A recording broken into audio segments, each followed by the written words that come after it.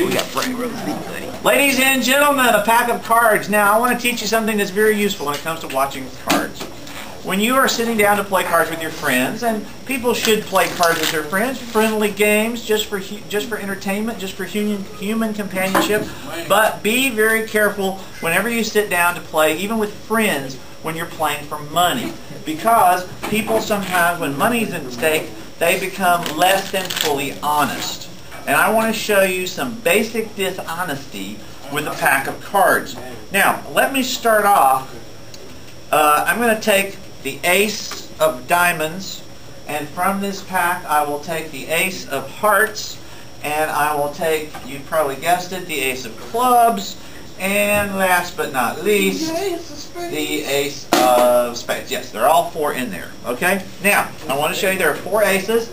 Those are the only four aces in the deck. And, only four aces in the deck. Okay, sure. Alright, now. He's like, yeah, okay, sure. Here, I'll move around some as I do this. I will place some of the aces towards the bottom of the deck, some of the aces towards the middle of the deck, and some of the aces towards the top of the deck, just like this. So as you can see, the aces are spread out through the pack, right? There.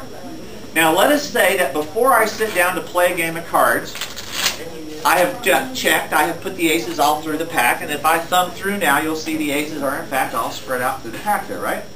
Now, if you would, Brittany, reach over and pick a card. Pick a card. Now, if you happen to pick the ace, let's pick something different. But did you pick an ace? No, good. Well, that'll be your card. Show your card around if you like, and then place your card back in the pack when you're done. You get to put the card back wherever you like. There we go. All right. Now, I've shown you four aces. I put them back all through the deck, right? You picked a card, whatever card it was, I don't even know, and you put it back in the deck. It's in there mixed together. I can shuffle the cards. I mean, what could be fairer than a shuffle like this, right? I mean, that's pretty fair. I could shuffle overhand. That's fair. Obviously, nothing sneaky going on here. I'm just shuffling cards, not even particularly pretty shuffles. I'm just shuffling and mixing, just as simple as can be. I'm shuffling, mixing, cutting. I'm just doing it. I'll just keep going, Brittany, because you picked the card till you tell me to stop. Right there? All right, I'll stop there. Now, what I just did while just shuffling and cutting the cards is to cheat like crazy. And even though it looked like I was being perfectly honest, just doing just sloppy shuffles and everything, I went through with nothing but the tips of my fingers, and I found all four aces, and I found your card. I pulled them out of the deck. I stacked them all up together so I can get them whenever I want them, and now they are right there in the pack where I want them so that I can get them whenever I want. Would that be amazing if I did that?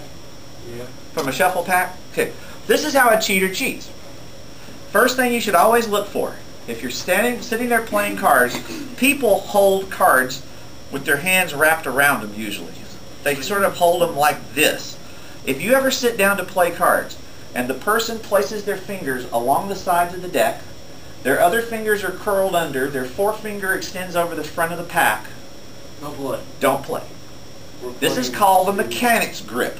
This is the grip that any professional card cheat will slowly develop and use. I have done this grip so long that I cannot pick up a pack of cards without automatically going to the mechanic's grip. It's called a mechanic because you're working the machine, you're working the deck like a guy works a wrench. You're using it as a tool. Using the mechanic's grip, you can do neat little tricks like this. You can reach up and kick the top card over slightly and hit the second card and deal the second card. So let's say you've smudged the card you want and you see the smudge on that top card and you want to deal that one to you. Well, what you do is you just come over and you hit the second card, you deal the second card to this person, and then you deal the smudged card that you want for yourself to yourself.